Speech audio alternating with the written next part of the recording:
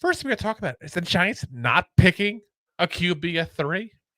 Listen, every single scenario pretty much up to this point has been the Giants taking a quarterback with the 3rd overall pick. The 3rd overall pick, quarterback, every single mock draft. And a lot of them still is.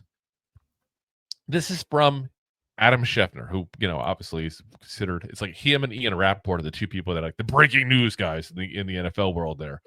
He said, it certainly feels like the Cleveland Browns are inclined to look elsewhere aside from quarterback. And it's starting to feel like the New York Giants at number 3 are starting to look elsewhere other than quarterback.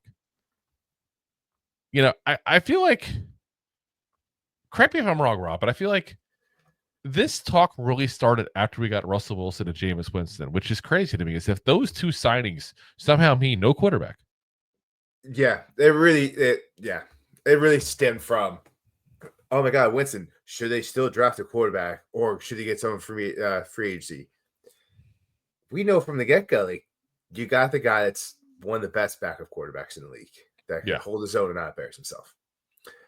Really fun in the locker room. Really fun to watch. Is he going to be your starting quarterback for the next 5-10 years? No. He was just, like a bridge idea. Let's see what else we can do. Let's build a bridge. Ooh, the Winston.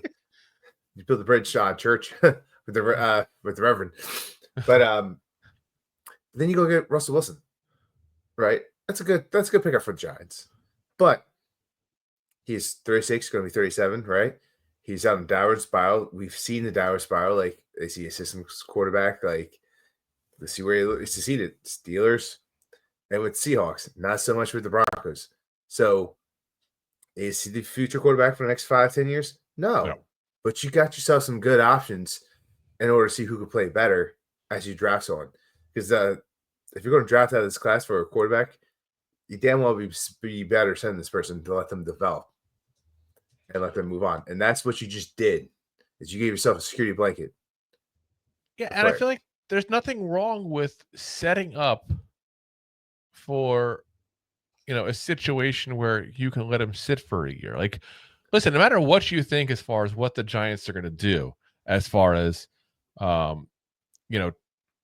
getting Sanders, not getting Sanders, what your thoughts are on Sanders, you have to understand that Shedeur Sanders is point blank not a top flight quarterback prospect. And what I mean by that is not even a disrespect to him. What I mean by that is he's not the guy that you go and go, this guy's going to change the franchise overnight. Like, he's not Jaden Daniels.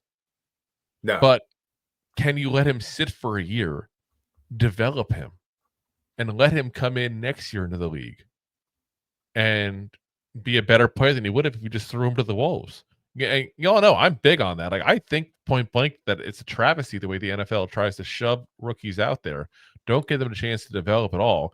And then goes like Anthony Richardson with the Colts, by the way, classic example. Oh my God, I can't believe he failed. Who would have thought? Well, you threw him out there when he wasn't ready. Who of course he's not. It's like sending somebody to a party saying, hey, why don't you get changed? We're about to leave. And then just going in the room and shoving them out the door, and they show up at the party naked. How did this not go well? Who would have thought? Well, I mean, depends on what kind of party you go to. That's true. It could be a reduced holiday party, but that's a whole separate topic for a whole other episode. Yeah. I'm just saying, like, that's what I feel like it is. Like, these kids aren't prepared. They're not ready to go. And you're throwing them out there, and then you're shocked they can't hang with the big boys. They're not there yet. I mean, look at some of the best quarterbacks in the league right now. They sat. Like, and there's a long history of quarterbacks that sat, that played better and had a longer career than quarterbacks that just get thrown to the wolves. Like, yes, usually the quarterbacks that have to get that are the best players are the ones that go into the worst teams because they need the change. You need someone, and that's just the way. That's part of it. But like, I mean, Green Bay, they've always drafted quarterbacks and let them sit for not just 1 year, like 3-4 years. And they've all come out, and especially like they had 3 quarterbacks in the past 35 years. Yeah.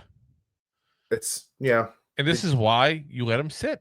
It's a better success rate. And what I think is crazy is we've talked about the show numerous times this year. We talked about it last year. We kind of reiterate this all the time. Remember a couple of years ago, Kayvon Thibodeau was a horrible interviewer, and the Giants would never want anything near him. Like, we had no clue that the Giants were going to take Deonte Banks a couple of years ago. Like, we don't know what the Giants are going to do, guys. Like I feel like a lot of shows are like, they feel like they need to sit there and say, like, oh, I think this is what the Giants are going to do. And listen, I can tell you point blank what I think the Giants are going to do. I can give you my opinion all day long. You all know I can do that. I can talk. Yes, you're very opinionated. Loquacious I am. But, ooh, yeah, I use the Latin term there, yes. From the term loquax, which is to speak in Latin. It's an SAT word. But I feel like, you know, I don't want to sit there and lie to y'all and say, oh, I know exactly what's going to happen. I think I know what's going to happen. And what I really think is going to happen is the Giants do one of two things. So I should say one of three things. And it's a cop-out answer. I'm going to tell you guys point blank. I was going to say it really is a cop-out answer. They're going to take Shedeur Sanders if they're comfortable with him being a quarterback in the future. They're going to take the best player available, or they're going to trade down. I'm hoping number 3 personally myself. Unless they like Shedeur Sanders that much, they think he's a quarterback of the future. I'm not sold either way on him really now. I'm kind of on the fence. And it's very rare for me to be on the fence.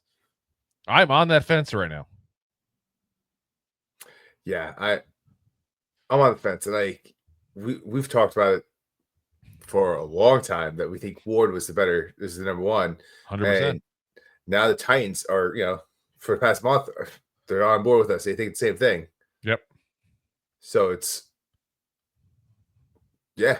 Yeah. Like I said, we'll find out what they're going to do. But it's funny how, like I said, this talk started, I feel like, after Russell Wilson and after Jameis Winston. And I don't think that has any bearing on whether they draft or don't draft Shedeur Sanders. Now, you can sit there and say, because they got these two guys, they're not required to go get Shedeur Sanders at 3. That would be correct. That's a true statement. But to sit there and say they won't get him because they have those two, I know it sounds very similar, the wording, but those are two completely different things. Yes. Getting those two does not preclude you from taking Shedeur Sanders. Another SAT word, preclude. Ooh, look at this. Were you studying? I'm like a Scrabble board today. Yeah. But that's what I feel like it's at. Like, there's a difference. There's a difference in the two things, guys. So we'll find out what's going to happen. And we're going to find out draft night. That's what it boils down to. And I guarantee you it'll go back and forth and back and forth and back and forth over the next couple weeks. Where it's going to be, guys. We got another 2-3 weeks to go here. Like, it's going to be a while before we know what's going on, because we'll find out as everybody else does. And you'll be with us because, of course, we'll be doing the draft live as we always do, guys. So just put that in your calendars right now if you haven't already. First night, second night, every single pick, Rob and I will be here. Oh, yeah. We'll be freaking exhausted on Friday, but we will be here, goddammit. Oh, we will be here. Oh, my God, we'll be exhausted. Like 5 hours in between picks. Yeah. The first year, second year, we're like, why are we doing second rounds? I think every year we're like, oh my God, why are they still giving them 15 minutes in between picks? Yeah. Like, you all know you're going to pick, just pick them already, goddamn it. And I get it for the latter picks, but I feel like the first couple picks, it should be much shorter. Like, especially the first pick at the draft, there should be no clock for you. Yeah, you've had literally all season to think about this. Exactly. You've had 4 months. Stop it. Yeah. If you like that clip, then you will love the full episodes too. Find us on your favorite podcast app and look for us on all your favorite social media platforms. Thanks so much. Please, I'm begging